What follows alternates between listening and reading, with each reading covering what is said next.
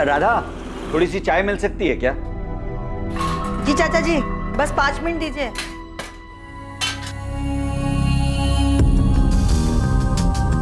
संतोष, जरा फोन तो लगाना, सीमा कहाँ पहुंची है? तो ये देखता हूँ। माँ को ऐसा लगता है जो सीमा दीदी बोलेंगी वो मैं मान लूंगी। मैं बच्ची नहीं हूँ सुमन, मुझे अपने सही गलत की पहचान है। कि नम्रता, तुम्हारे मम्मी पापा मेरी मम्मी और बाकी सब लोगों की तरह वही मानेंगे जो सीमा बुआ कहेंगे। आने दो, देखते हैं क्या बोलती है। हेलो सीमा, कहाँ पर हो? सब लोग वेट कर रहे हैं तुम्हारा। एक सहेली के घर पे कुछ काम था तो काम खत्म करके आ रही हूँ घर पे। कहाँ पर हो तुम? रास्ते में हूँ मैं तुम्हें। हेलो हेलो सीमा, हेलो। चाचा जी, सीमा रास्ते में ही है, पहुंच रही है। नम्रता के सिर पर जो भूत सवार है ना, बस सीमा ही उसे उतार सकती है, देखना। लो वैशाली। नम्रता को समझाते समझाते थक गई हूँ मैं। नम्रता समझदार है, बस थोड़ी सी बहक गई है। आप चिंता मत करिए, सीमा आएगी, उससे अच्छे से बात करेगी और उसे समझा देगी और उसे सही रास्ता भी दिखा देगी। चाची, प्रिया को लेने मुझे स्कूल जाना है। अगर 2:30 बजे तक सीमा दीदी नहीं आई तो मैं निकल जाऊंगी। वैशाली, मैं ये कह रही थी कि तुम प्रिया को लेके ना स्कूल से सीधे यहीं आ जाना। वो क्या है कि तुम्हारी भी जरूरत पड़ेगी मुझे। कोशिश करूंगी चाची, सीमा दीदी समझा देगी नम्रता को। आप चिंता मत करो, नम्रता बात मान लेगी सीमा दीदी की। चर्चा में आने वाला मामला नम्रता अग्रवाल से संबंधित था और परिवार की यह मीटिंग 2 रात पहले ही तय हुई जब नम्रता के पिता शिव प्रसाद अग्रवाल ने सीमा साहू को कॉल किया। प्रणाम चाचा जी, कैसे हैं आप? मैं ठीक हूँ सीमा बेटा। परसों मैं और तुम्हारी चाची यहाँ बल्लीपुर से नम्रता को लेकर भोपाल आ रहे हैं। तुम टाइम निकाल कर रखना बेटा। चाचा जी, आप नम्रता को फोन दीजिए, मैं फोन पर बात करती हूँ उससे। ना बेटा, नम्रता थोड़ी अड़ियल हो गई है, तुम सामने बैठकर ही उसे समझाना। ठीक है चाचा जी, आप लोग आ जाइए। हम लोग राधा के घर पर आएंगे, तुम भी वहीं आ जाना दोपहर तक। ठीक है, मैं आ जाऊंगी। वैशाली को भी वहीं बुलाएं। ठीक है, प्रणाम। चाचा जी चाहते हैं कि मैं नम्रता से बात करूं। हाँ, तुम बात कर लो सीमा, लेकिन मेरे ख्याल से उनके फैमिली मैटर में ज्यादा दखल मत देना। उनका फैमिली मैटर, फैमिली तो एक ही है ना यशवंत। अरे वो कजिन है मेरी, चाचा जी की बेटी है। लेकिन दूसरों के मामले में सलाह देने की एक हद होती है। सलाह दखल अंदाजी न बन जाए, उसका ख्याल रखना चाहिए। ठीक है, मैं बात करूंगी नम्रता से, वो मेरी बात जरूर सुनेगी।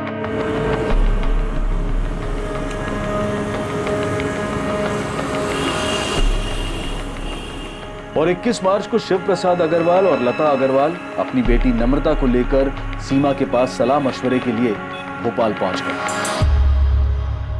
मैं तो ऑफिस में हूँ संतोष, मेरी कुछ बात नहीं हुई सीमा से। यशवंत, मेरी 1 घंटे पहले सीमा से बात हुई थी, करीब 1:45 बजे। सीमा ने बोला था कि वो अपनी सहेली के यहाँ पे हैं और थोड़ी देर में पहुंच जाएगी। 3:15 बज गए हैं, अभी तक आई नहीं वो। उसका फोन भी बंद आ रहा है। मैं देखता हूँ संतोष, लेकिन मुझे पता नहीं सीमा किस सहेली के घर क्यों जाने वाली थी। ठीक है।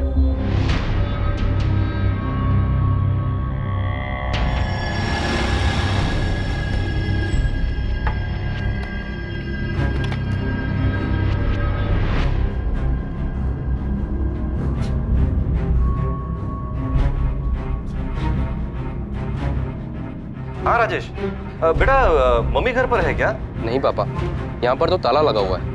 और अगर मम्मी राधा मामी के घर जाने वाली थी तो अभी घर वापस क्यों आती?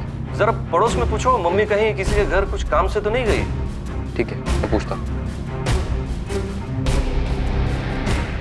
सीमा कभी ऐसा तो करेगी नहीं। फोन तो अब भी बंद ही आ रहा है चाचा। संतोष, सीमा ने कुछ बताया था कि वो किस सहेली के यहाँ गई है? वो नहीं बताया था, अचानक उसने फोन काट दिया। पर सीमा ऐसा कभी नहीं करेगी, वो लेट भी होती है तो फोन करके बताती है हमेशा। हाँ, लेकिन यहाँ उसका फोन ही बंद है। संतोष, फिर से ट्राई करो, हो सकता है उसके फोन की बैटरी गई हो और वो फोन चार्ज कर रही हो।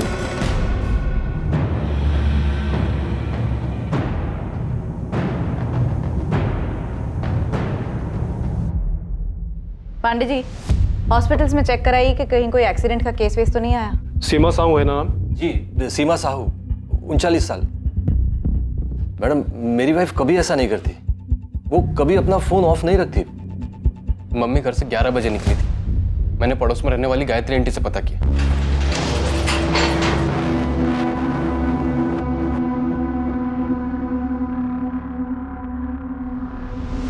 हॉस्पिटल्स में पता करते हैं। वैसे आपने बताया कि उन्होंने किसी संतोष को। जी संतोष, वो सीमा के बड़े भाई के दोस्त हैं, घर वाले जैसे ही हैं। उन्होंने ही बात की थी। और उन्होंने बताया कि वो किसी सहेली के घर पर हैं। आपने वहां पता किया? कौन सी सहेली पता नहीं ना।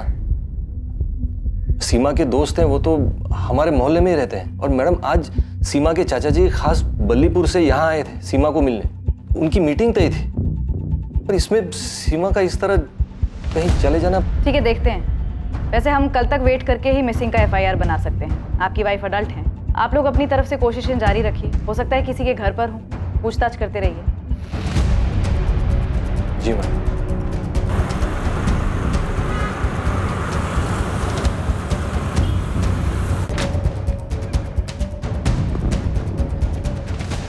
क्या कहा पुलिस ने? अभी तक 3 हॉस्पिटल में चेक कर लिया, कहीं कोई एक्सीडेंट का केस नहीं आया।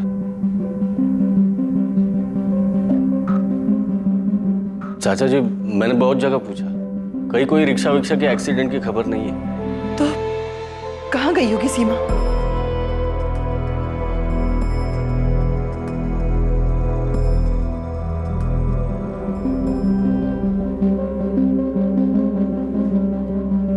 सुमन, ये नम्रता से तेरी बात हो रही थी? हाँ, बातें तो हो ही रही थी, लेकिन तुम ऐसे क्यों पूछ रही हो जैसे मुझे कुछ पता है कि सीमा बुआ कहाँ गई हैं? बेटा, मुझे लगता है नम्रता है ना, ये यहाँ अपने मन से नहीं आई थी सीमा से बात करने। चाचा चाची इसे जबरदस्ती लेकर आए हैं। अम्मा, तुम खुद नम्रता से क्यों नहीं पूछ लेती? उसे पता होगा कि सीमा बुआ यहाँ क्यों नहीं आई।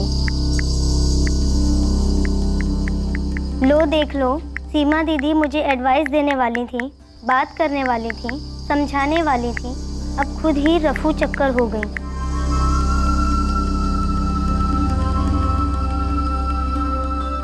मैंने कहा था तुझसे नम्रता, जो होगा अच्छे के लिए ही होगा, टेंशन मत लेना।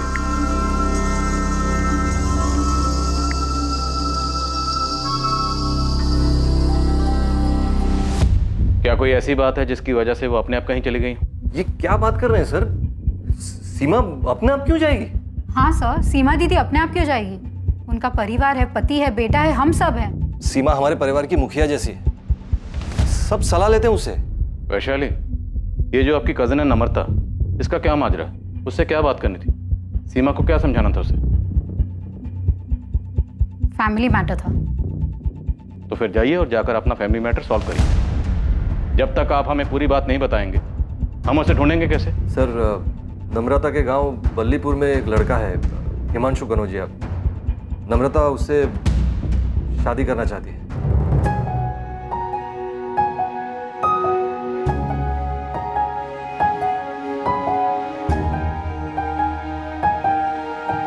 नम्रता, वो है ना तुम्हारे पापा का मजदूर हरीलाल, बड़ी आंखें निकाल के देख रहा था हमें। पक्का वो पापा को जाके चुगली करेगी। तू एक काम कर, तू अपने मम्मी पापा को जाके खुद सामने से बोल दे, मैं भी माँ से बोल देता हूँ कि रिश्ता लेकर पहुँच जाए। हाँ ठीक है, मैं बोल देती हूँ कि मैं हिमांशु कनौजिया से प्यार करती हूँ। जैसे ये बात सुनकर तो मम्मी पापा खुशी से नाचने लगेंगे ना।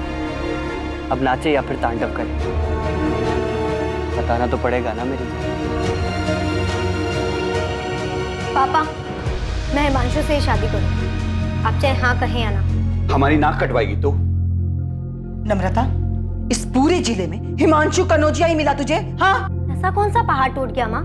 हिमांशु काम करता है, मेहनत करता है, दिक्कत क्या है? वो हमसे थोड़ा नीचा है, यही दिक्कत है ना।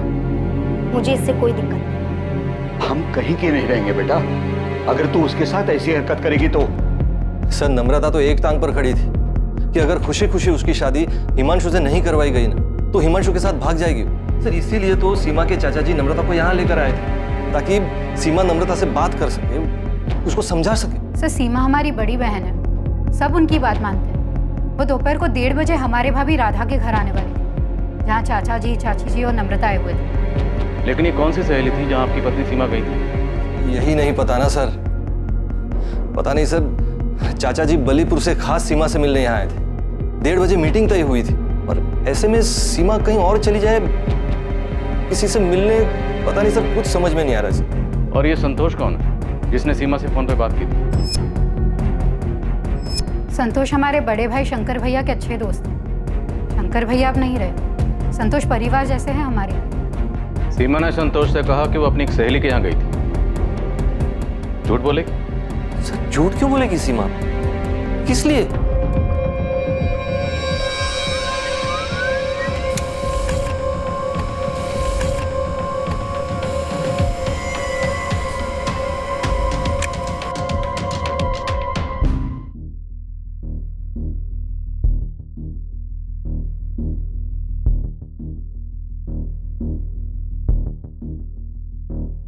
सारे हॉस्पिटल चेक किए, एक्सीडेंट तो नहीं हुआ है। नॉर्मल नहीं है साहब ऐसे गायब होना। ये पक्का आप जो नम्रता बोल रहे हैं उसके कनेक्शन से कुछ हुआ होगा, क्योंकि घर की एक जिम्मेदार औरत जिस पे पूरे परिवार वाले अपने अहम फैसले लेने के लिए निर्भर करते हो, वो खुद से तो गायब नहीं हो सकती। नम्रता वाला एंगल हम चेक करेंगे।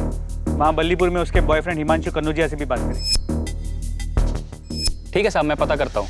आप केवल सीमा के फोन के लास्ट लोकेशन मिल जाए तो मुझे इन्फॉर्म कर देना, उस एरिया में ढूंढने में आसानी होगी। कमाल कर रही हैं आप विशाली दीदी। और चाचा जी को भोपाल बुलाकर यहाँ सीमा दीदी बल्लीपुर क्यों आएगी? और अगर हमारे घर यहाँ आना होता उन्हें तो क्या बता के नहीं आएगी? मुकेश 3 दिन हो गए, सीमा दीदी का कुछ पता नहीं चल रहा। ऐसे कहाँ चली गई वो? ये पक्का हिमांशु और नम्रता का किया कराया है। चाचा जी भी अजीब है, अगर नम्रता का ऐसा कुछ चल भी रहा था तो यहाँ आके हमसे बात नहीं की है, वहाँ सीधा भोपाल पहुँच गए। मुकेश अभी ये सब बात करने का टाइम नहीं है। दीदी गायब है, पहले उन्हें ढूंढना है। क्या हुआ, कुछ पता चला मुकेश? नहीं, बस सीमा दीदी का फोन अभी भी बंद आ रहा है।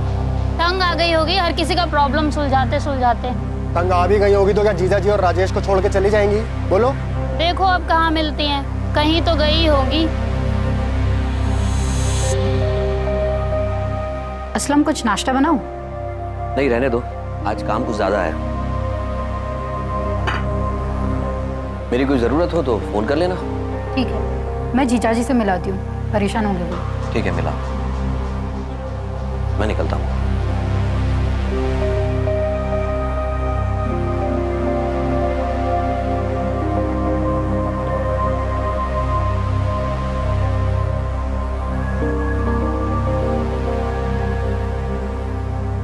पापा, सीमा दीदी गायब होगी तो हिमांशु क्या कर सकता है?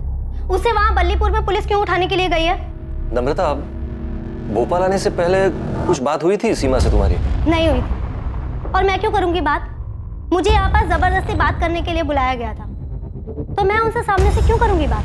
नम्रता, कहीं तुमने और हिमांशु ने तो कुछ नहीं किया? हाँ पापा, मैंने और हिमांशु दोनों ने मिलकर सीमा दीदी को गायब कर दिया, ताकि वो मुझसे कोई बात ना कर सके, मुझे अपना लेक्चर ना दे सके। बस सीमा दीदी खुद ही चली गई है यहाँ से।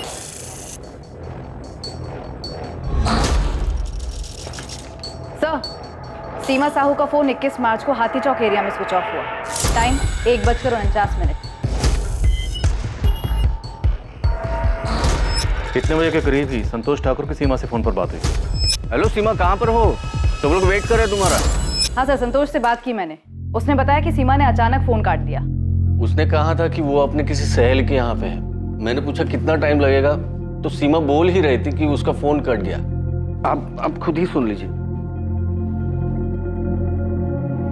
हेलो सीमा, कहाँ पर हो?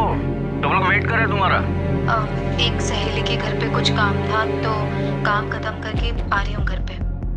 कहाँ पर हो तुम? रास्ते में हूँ मैं तुम्हें।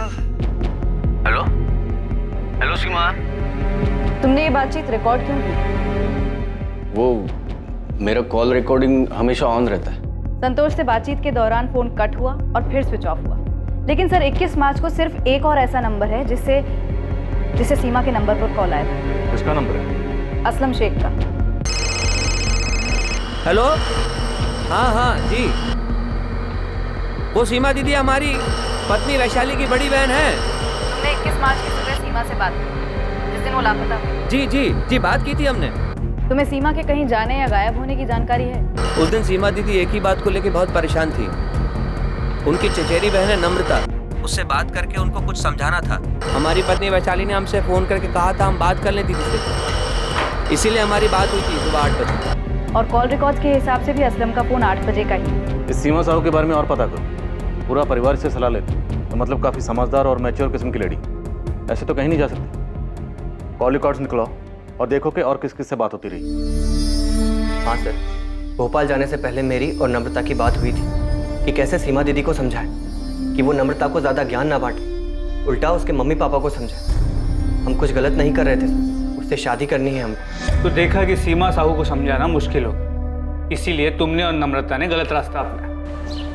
सीमा दीदी कुछ ज़्यादा ही दखल अंदाजी करती हैं सबके लाइफ में, बड़ा जज समझती हैं अपने आप को। तू वैशाली दी से बात कर ले। मैंने वैशाली दीदी से ही बात की थी।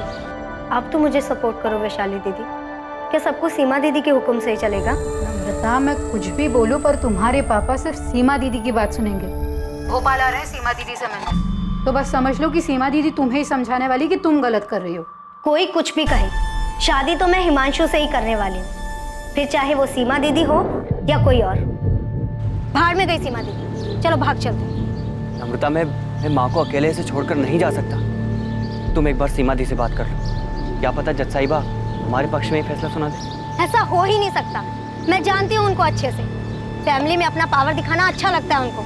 गलत तब होता सर जब मैं नम्रता को भगा कर ले जाता, लेकिन मैं ऐसा नहीं करता क्योंकि बाद में बल्लीपुर में तकलीफ मेरी माँ झेलती। मैं शादी करना चाहता था सर, लेकिन आप जिस तरह से सवाल कर रहे हैं ऐसा लगता है जैसे मैंने कुछ किया है। तो मैं इतना बेवकूफ़ नहीं हूँ सर कि सीमा दीदी के साथ कुछ करता। तो नम्रता ने खुद से कुछ किया है? सर, उनके पूरे परिवार में सीमा दीदी का ही हुक्म चलता है। सब अपने छोटे बड़े मसले लेकर उनकी चौखट पर पहुंच जाते हैं। सारे फैसले सीमा दीदी ही करती है। अब किसी को ठेस पहुंची होगी सर उनके फैसले से। सर, मेरी और नम्रता की शादी की बात निकले अभी 1 महीना भी नहीं हुआ है। आपको लगता है कि हमने उनका मर्डर हमने तो मर्डर की बात भी नहीं। लेकिन सर, आप ही ने कहा है कि सीमा दीदी को कुछ किया, तो कोई क्या करेगा सर? अगवा करके कोई ऐसे ही रखेगा क्या? तो मर्डर हुआ है उसका? अरे सर, आप तो मुझे ही चक्कर में फंसा रहे सर। मैंने तो बस ऐसे ही कहा है। आज 4 दिन हो गए सर, कोई ऐसे ही थोड़ी चला जाता है। सीमा साहू का ऐसे अचानक गायब होना हर किसी की समझ से परे था। सीमा के चाचा शिव प्रसाद और चाची लता खुद को इस घटना के लिए जिम्मेदार मान रहे थे। कहीं सबके पीछे की वजह यह तो नहीं थी कि वो सीमा से अपनी बेटी के लिए सलाह मशवरा करना चाहते थे। परिवार के सभी लोग सीमा को अपनी शक्ति का स्रोत और सबसे विश्वसनीय मानते थे, लेकिन अब किसी को समझ में नहीं आ रहा था कि सीमा कहां चली गई और उसके साथ क्या हुआ।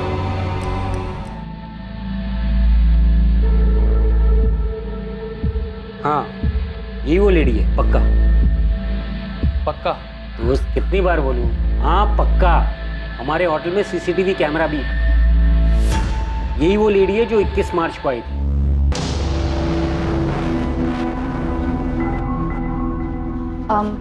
Room number 201, Mukhtar Syed. आपका नाम? सीमा साहब। 1 मिनट।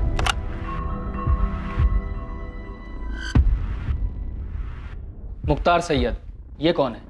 उस दिन सुबह ही चेक इन किए थे। बुजुर्ग आदमी थे। 21 मार्च को चेक इन किए थे और 22 मार्च की सुबह को चेकआउट कर दिए थे।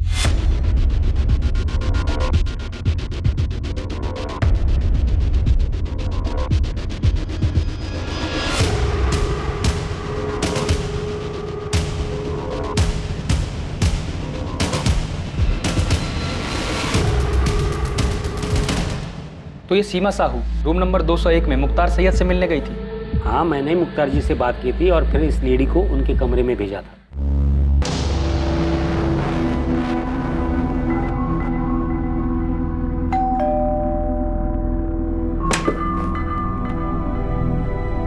सीमा साहू जी आई है।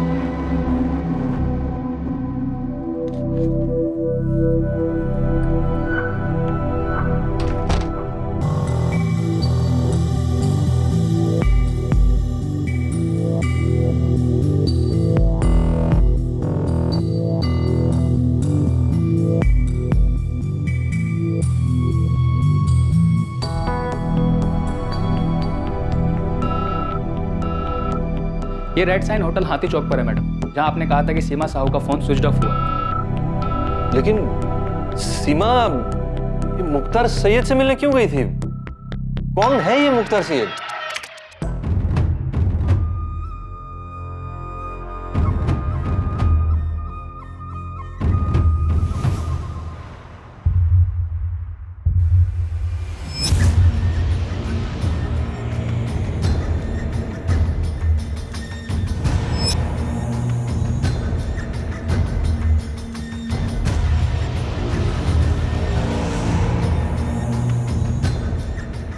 पता नहीं सर, ये कौन है?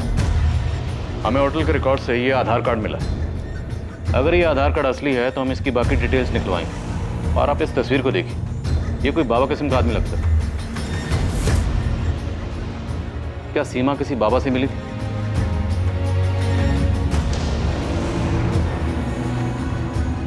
ये जो बुरी ताकतें हैं सीमा, हमें उन पर काबू पाना है। जो तुम्हारे मंसूबे पर बुरी नजर डाल रहे हैं, उन बुरी नजरों को हमें दूर करना है।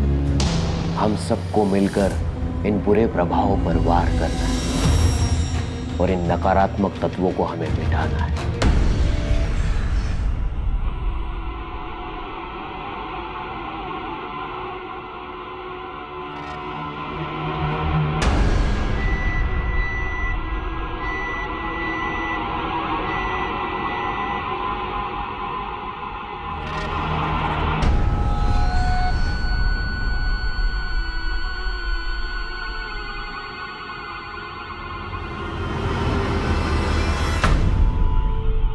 क्या इससे वो सारी बुरी शक्तियां खत्म हो जाएंगी जो आसपास मंडरा रही हैं?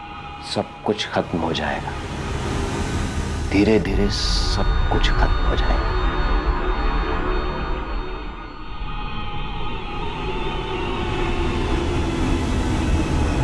सर आप बाबा बाबा की बातें कर रहे हैं, लेकिन सीमा ने कभी इन बातों पर विश्वास नहीं किया।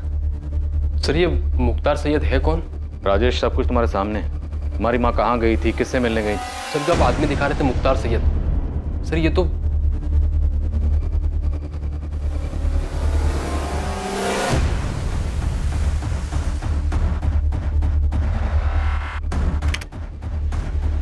ध्यान से देखिए सर, इस आदमी के चेहरे पे दाढ़ी में सब कुछ नकली लग रहा है। सर ये तो कोई ढोंगी है।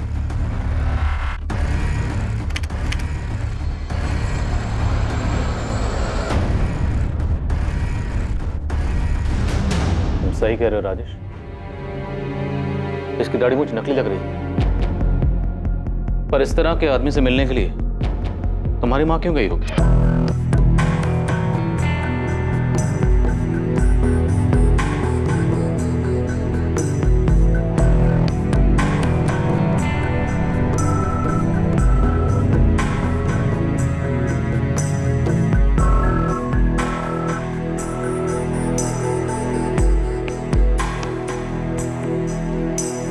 सीमा कभी किसी बाबा के पास नहीं गई।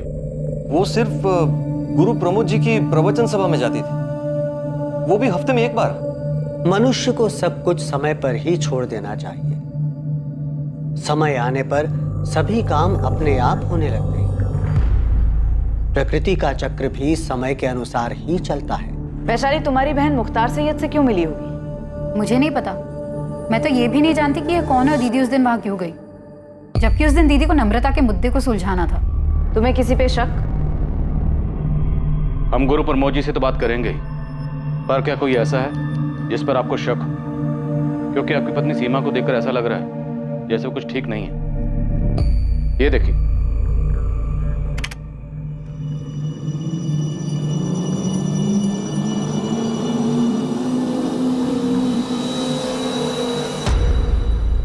सीमा जिस तरह से चल रही है, ऐसा लग रहा है जैसे ये नशे में।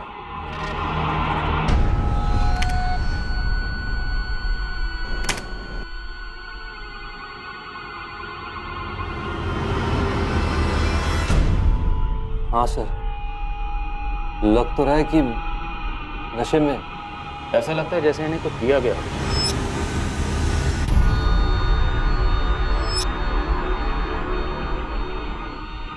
हाँ, ऐसा लग रहा है कि सीमा दीदी को किसी ने कोई नशीली चीज खिलाई पिलाई होगी। ऐसा ही लग रहा है। हमने उसकी आवाज भी सुनी।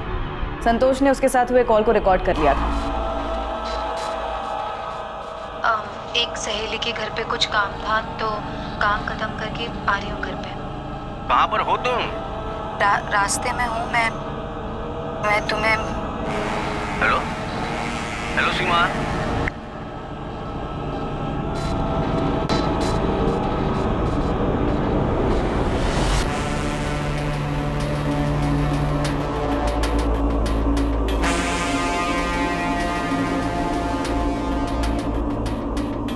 रास्ते में हूँ मैं तुम्हें।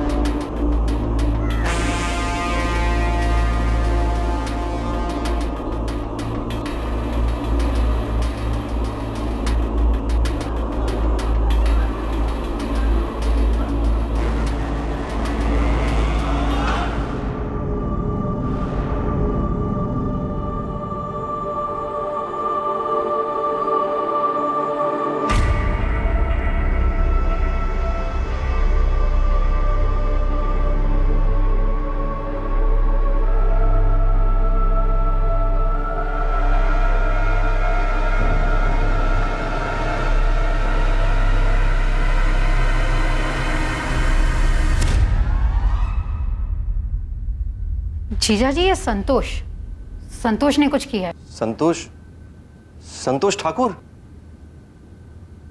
हाँ, उसने दीदी के साथ फोन पर की गई बात की रिकॉर्डिंग क्यों किया होगा उसने ऐसा? सर ये सब कुछ मुकेश मामा ने किया है, उन्हीं का हाथ है इसमें। तुम्हारे मुकेश मामा जो बल्लीपुर में रहते हैं? हाँ। लालू तो इतनी ज्यादा छुट्टी लेगा, एक काम कर, तो हमेशा के लिए छुट्टी ले ले। मामा और मामी दोनों ने मिलकर किया है ये। लेकिन राजेश, तुम्हारी माँ मुख्तार सैयद से मिलने खुद गई हैं। जरूर मामा और मामी ने मिलकर कोई तिगड़म बैठाया है। मामा बहुत गुस्सा है मम्मी पे। जब खेत की सारी देखभाल मैं करता हूँ, अनाज की सारी बिक्री और सब कुछ मैं ही देखता हूँ, और उसमें से जो भी पैसा आता है, तो इतना सारा पैसा मैं हर महीने राधा भाभी को क्यों दूं? मुकेश, क्योंकि वो अकेली हैं। उनके स्वर्गवासी पति शंकर भैया तुम्हारे, मेरे और वैशाली, हम तीनों के बड़े भाई थे। अरे इतनी समझ तो होनी चाहिए तुम में। अच्छा, तो मतलब मेहनत मुकेश करे और खाएं सब। अच्छा, मुझे अच्छी तरह पता था मुकेश की जुबान के पीछे ना शब्द तुम्हारे ठूसे हुए हैं। तो मतलब हम वहाँ गांव में बैठकर चक्की पीसते रहे और यहाँ शहर में सब मलाई खाएं। सीमा दीदी, क्यों ना मुकेश को ज्यादा हिस्सा। तुम बीच में मत बोलो। अरे घर हमारे पापा का है, खेत हमारे पापा का है, और मुकेश इस समय जो बात कर रहा है ना, घर और खेत बेचने वाली। तो क्या हमारा हक नहीं बनता गाँव छोड़कर शहर आकर एक बेहतर जिंदगी जीने की? बेशक शहर आओ, लेकिन खेत और घर बेच कर नहीं। मतलब हम अपनी जिंदगी गांव में बैठ के पिसवाएं और आप लोग यहाँ मजे से ठाट से रहो। जो भी हम खेत में मजदूरी करते हैं उसका हिस्सा सबको मिले, लेकिन एक फैसला नहीं कर सकते घर और खेत बेचने का। अरे मुकेश, खेत और घर में शंकर भैया तुम्हारा, मेरा और वैशाली का, हम सबका बराबर का हिस्सा है। हमारी शादी से पहले सब काम मुकेश ही संभालता आ रहा था और शादी के बाद हम दोनों मिलकर संभाल रहे हैं। हाँ, तो अब नहीं संभाला जा रहा है ना, तो छोड़ दो। वहां हम किसी और को लगा देंगे, माँ को अपने पास बुला लेंगे। तुम और मुकेश निकल जाओ इन सबके बीच से। सीमा, गुस्से पर काबू रखो। यशवंत, मुझे पता है मैं क्या कर रही हूँ और क्या बोल रही हूँ। अरे मुकेश को ये सारी चाबी चढ़ाने वाली ना, ये चंचल है। अच्छा, मैंने चाबी चढ़ाई है? मतलब आज तक आप दोनों बहनें मिलके मुकेश को अपने अंगूठे के नीचे दबाकर चलती आई और आज जब मुकेश की जबान चलने लगी तो मैंने चाबी चढ़ाई। चंचल, तमीज में बात करो। अरे तुम भी डरपोक हो। ये सीमा दीदी आज तक अपनी मनमानी करती है और आगे भी अपनी चलाती रहेंगी। चंचल, अरे दीदी, आप भी इन्हीं के नीचे दबी हुई हैं। चल, चुप कर। चुप। मुकेश मामा और चंचल मामी के अंदर बहुत गुस्सा भरा मम्मी के लिए। तो तुम्हें लगता है मुख्तार सैयद उनका भेजा हुआ कोई बंदा हो सकता है? संतोष, हाँ, हमें भी डाउट तो हुआ था कि संतोष ने कॉल रिकॉर्ड क्यों किया। जीजा जी मानने को तैयार नहीं है, लेकिन मैं कह रही हूँ, ये संतोष की नजर दीदी की तरफ मुझे कभी ठीक नहीं लगी। मुझे भी अजीब लग रहा है कि उसने आके दीदी का कॉल रिकॉर्ड क्यों किया। एड्रेस तो यही है सर, लेकिन मैं यहाँ 15 सालों से रहता हूँ। इदरीस खान नाम है मेरा। और सर, मैंने आज तक किसी मुख्तार सैयद नाम के आदमी को यहाँ हुसैन नगर में न देखा है न सुना है। जरा ध्यान से देखिए, फोटो से भी पहचान में नहीं आ रहा। नहीं सर, चाहिए तो मस्जिद के इमाम साहब से भी पूछ के देखता हूँ, लेकिन ये एड्रेस मेरा ही है।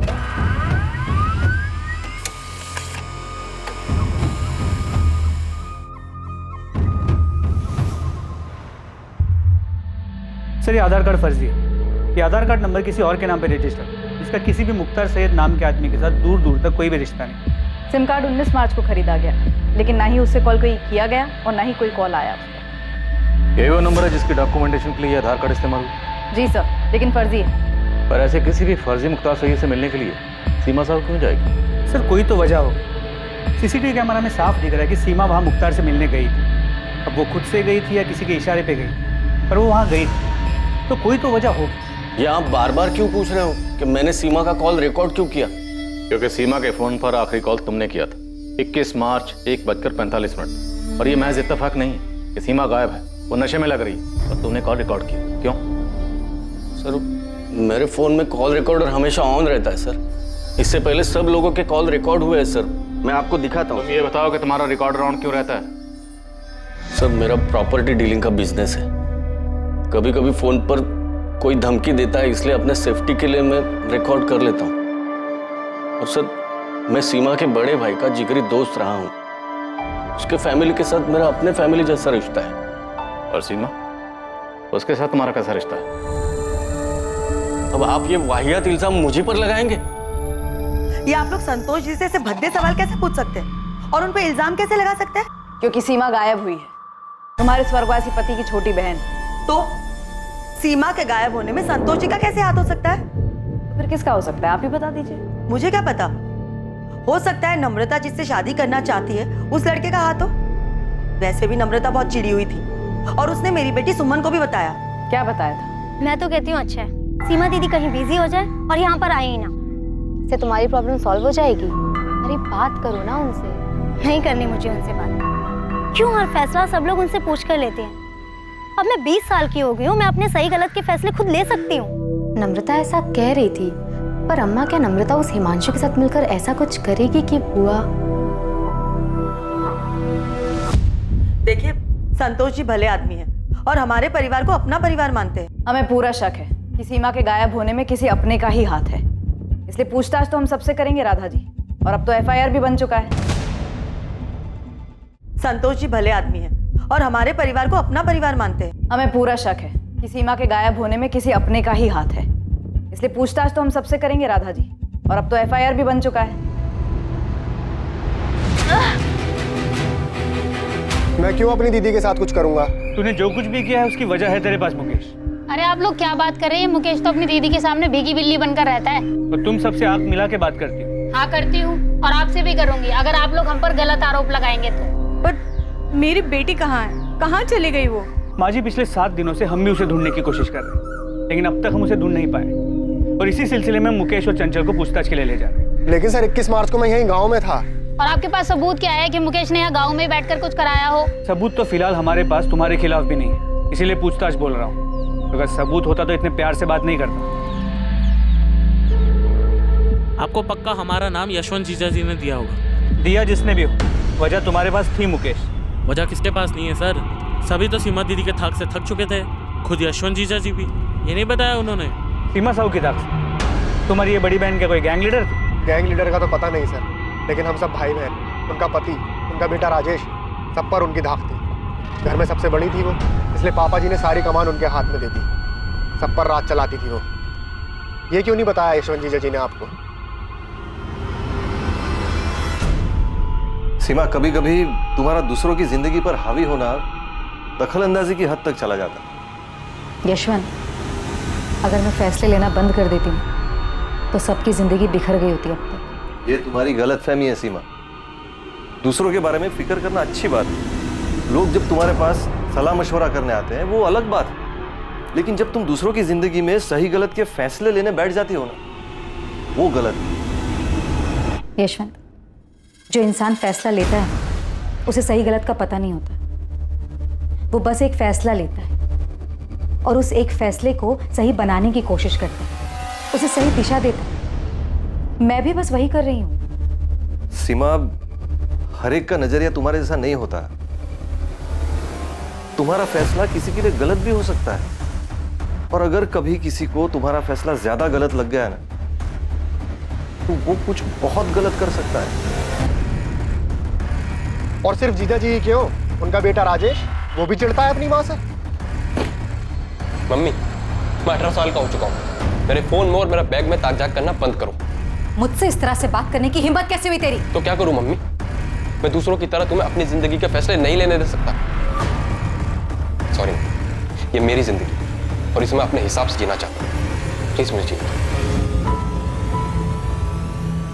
वैशाली, अब तू मुकेश की तरफदारी करना बंद कर और अपना घर संभाल, ठीक है? तुम समझती क्या हो अपने आप को दीदी? किसी भी बात पे मुझे ही ताना मारोगी? वैशाली, तुम्हें सही गलत की परख नहीं है।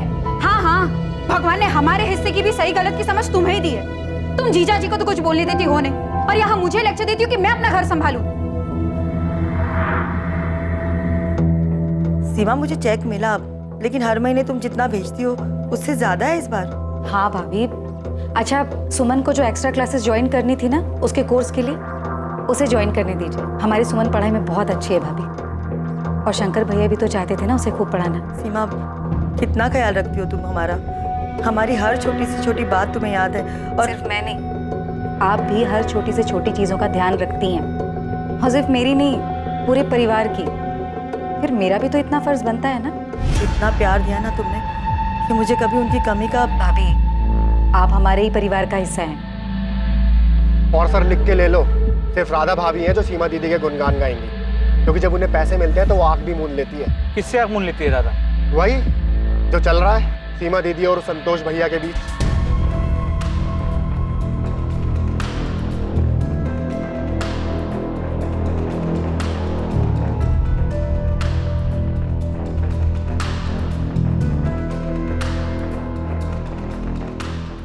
पेंटो, मुझे किसी भी सूरत में ये इन्फॉर्मेशन चाहिए कि सीमा साहू इस मुख्तार सैयद से मिलने होटल क्यों गई। ठीक है साहब, मैं पता करता हूँ, लेकिन आप एक बार असलम शेख से भी पूछताछ करो साहब।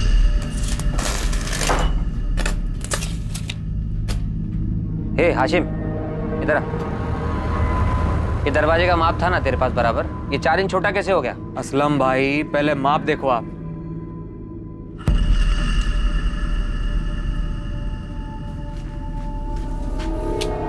ये शमशेर ने यही माप दिया था। ए हाशिम, क्या कुछ भी? मुझ पे क्यों इल्जाम लगा रहा है? क्या है शमशेर ये? तूने माप ही गलत लिया है। बताओ। तो इस असलम शेख का नाम कहीं इसलिए तो नहीं ले रहा क्योंकि असलम शेख भी मुसलमान है और ये मुख्तार सैयद भी? नहीं साहब, क्या आप भी धर्म की बात को बीच में लेके आ रहे हैं? मैंने असलम शेख का नाम इसलिए लिया है क्योंकि वैशाली उसकी दूसरी बीवी है, एक चिढ़ खाई हुई पहली बीवी है, फौजिया। अगर खाने की चीज को दोबारा ऐसे फेंका ना तो 2 थप्पड़ लगाऊंगी। अब जाओ, खुद साफ करो, उठाकर प्लेट में रखो और खाओ। पापा भी तो ऐसी प्लेट फेंकते हैं। पापा जैसे बनोगे तुम? पापा जैसे बनोगे तुम? हाँ? तुम भी तो उनके जैसे मुझे मारती हो। वो तुम्हें मारते हैं और तुम मुझे मारती हो। साहब, इस फैमिली में बहुत कुछ प्लास्टिक पेंट चढ़ा हुआ है। ये फौजिया नफरत करती थी वैशाली से और उससे भी ज्यादा सीमा साहू से, क्योंकि सीमा ने ही वैशाली और असलम शेख की शादी के लिए मंजूरी दी। फौजिया के पति को घर से छीन के लेके आ गई थी। सर, 5 कांस्टेबल्स को हाथी चौक से लेकर राधा के घर और सीमा के घर तक 10 बार दौड़ा चुके। इन दोनों इलाकों में किसी ने भी 21 मार्च के दिन सीमा को घर वापस आते या कहीं और देखे जाने की कोई जानकारी ही नहीं। आज पूरे 7 दिन वो इतने दिनों तक सीमा को छुपा के रखेगा? साहब, ये लेडी परिवार के अंदर ही सबके रास्ते में आ गई। मुझे तो ऐसा लग रहा है किसी ने इसको रास्ते से हटाया।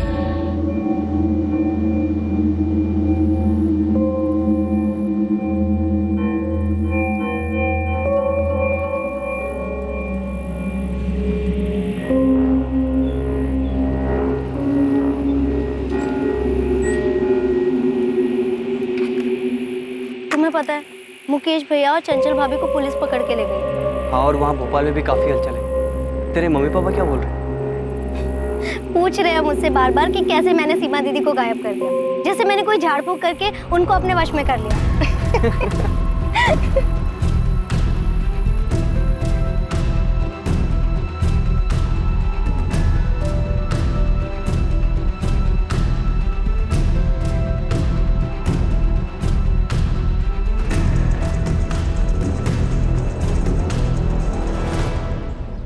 ईशा, हम दोनों को कोई भी अलग नहीं कर सकता, कोई भी नहीं। राजेश, मैं तुमसे एक सीधी सी बात पूछना चाहती हूँ। अब हाँ, पूछो ना। तुमने अपनी माँ के साथ क्या किया?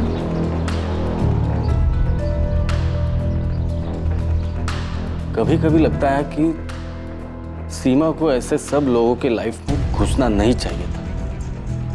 संतोष जी, आपको वो कॉल रिकॉर्डिंग डिलीट कर देनी चाहिए।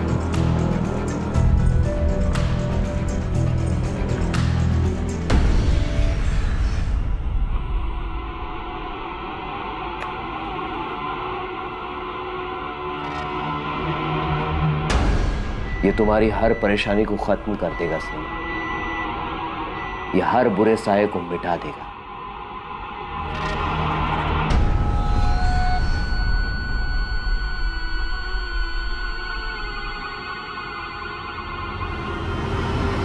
हमें सबसे अलग अलग पूछताछ करनी होगी सर। सबको कोई ना कोई शिकवा रहा है इस सीमा साहू से। सर मुझे इस बात का डर है कि शायद हम सीमा साहू को जिंदा ना पाए। मुझे भी यही लग रहा है। ऐसा लगता है कि सीमा साहू को पूरी तरह से किसी जाल में फंसाया गया और ये जाल उसके किसी अपने नहीं बिछाया। सीमा साहू एक दृढ़ महिला थी। वो ऐसी बिल्कुल नहीं थी कि इतनी आसानी से कोई गलत कदम उठाए और मुख्तार सैयद जैसे फर्जी आदमी से मिलने चली जाए। जी सर, बिल्कुल किसी अपने ने ही धोखा दिया है सीमा को, या फिर ये भी हो सकता है कि सारे अपनों ने मिलकर साजिश रची ताकि हमें कोई सुराग ना मिले। वाह मुकेश, पुलिस की गाड़ी में तो तुम्हारे तेवर ही कुछ अलग थे। तुमने तो सारा चिट्ठा ही खोल दिया सबका। तुम्हें लगता है पुलिस हमारा भरोसा करेगी? यही तो प्रॉब्लम है ना तुम्हारे साथ। सीमा दीदी ने ना तुम्हें खुद पर ही भरोसा ना करने लायक बनाकर छोड़ा। अरे कॉन्फिडेंस दिखाओ, थोड़ा कॉन्फिडेंस।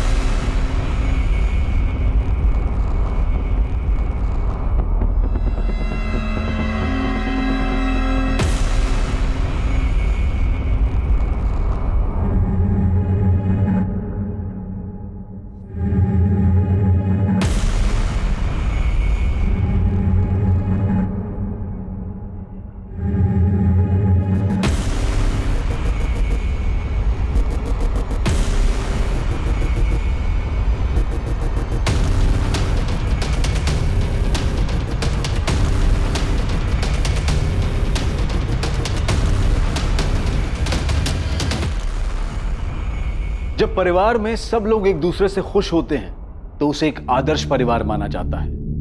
लेकिन यह जरूरी नहीं है कि हकीकत हमेशा वही हो जो नजर आती है। एक दूसरे से मतभेद होना, गिले शिकवे होना, यह भी स्वाभाविक है।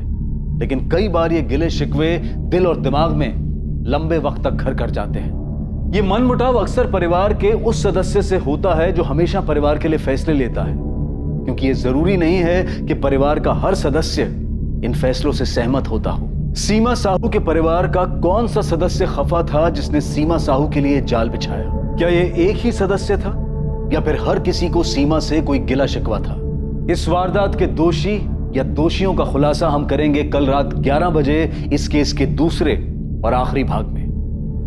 जय हिंद।